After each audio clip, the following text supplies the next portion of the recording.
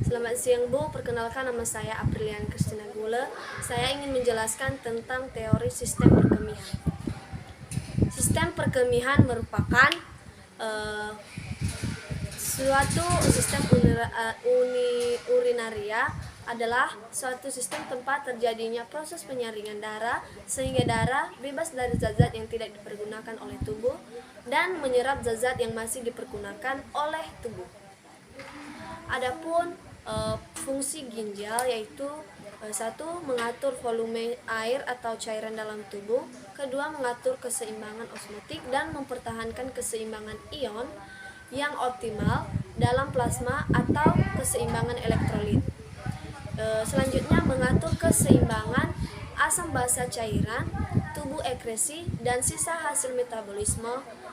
Adapun fungsi hormonal dan metabolisme dari tubuh. Ginjal itu ditutupi oleh kapsul tunika fibrosa yang kuat. Apabila kapsul dibuka, maka terlihat permukaan dari ginjal yang licin dan berwarna merah tua. Peredaran darah pada ginjal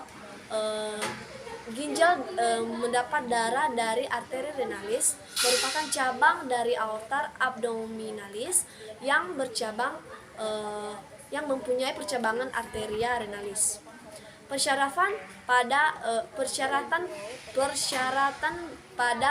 ginjal mendapatkan persyaratan dari plexus renalis atau vasomotor, menghasilkan dua macam hormon, yaitu hormon adrenalis dan hormon kortison. Selanjutnya, ureter terdiri dari dua tabung atau saluran yang menghubungkan antara ginjal dengan kandung kemih atau vesikel urinaria. Lapisan ureter terdiri dari dinding luar jaringan ikat atau jaringan fibrosa, lapisan tengah otot polos, dan lapisan sebelah dalam atau mukosa. Kandung kemih itu terletak di belakang os pubis yang fungsinya fungsi vesikel urinarianya yaitu sebagai tempat penyimpanan urin sekitar 200-400 cc dan mendorong urin keluar dari tubuh. Selanjutnya, uretra. Uretra adalah saluran sempit yang terpangkal pada kandung kemih yang berfungsi untuk menyalurkan air kemih keluar. Pada laki-laki, uretra berjalan berbelok-belok prostat di tengah prostat, kemudian menembus lapisan fibrosa yang menembus tulang pubis ke bagian penis. Kalau uretra pada wanita terletak di belakang simfisis pubis, panjangnya kurang lebih 3-40 cm dari orifisium uretra internal sampai ke orifisium uretra eksternal. Muara uretra pada wanita terletak di sebelah atas vagina antara klitoris dan vagina. Proses filtrasi terjadi di glomerulus yang tersaring adalah bagian cairan darah kecuali protein. Cairan yang tersaring ditampung oleh sampai Bowman yang terdiri dari glukosa, air, sodium, klorida, sulfat, karbonat, dan lain-lainnya, dan diteruskan ke seluruh ginjal.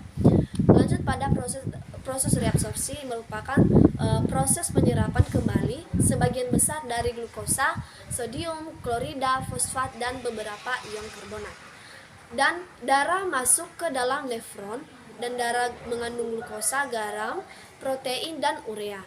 Urea mengalir ke dalam glomerulus, dan glomerulus ini menyaring darah.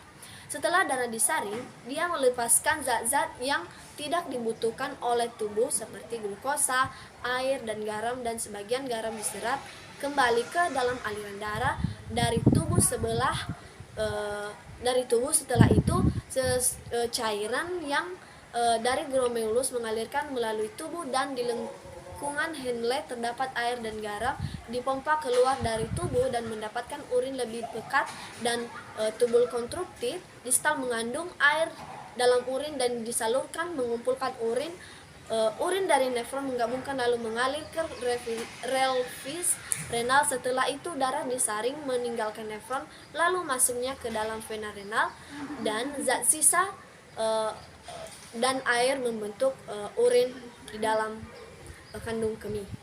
Demikian yang bisa saya sampaikan. Terima kasih, Bu.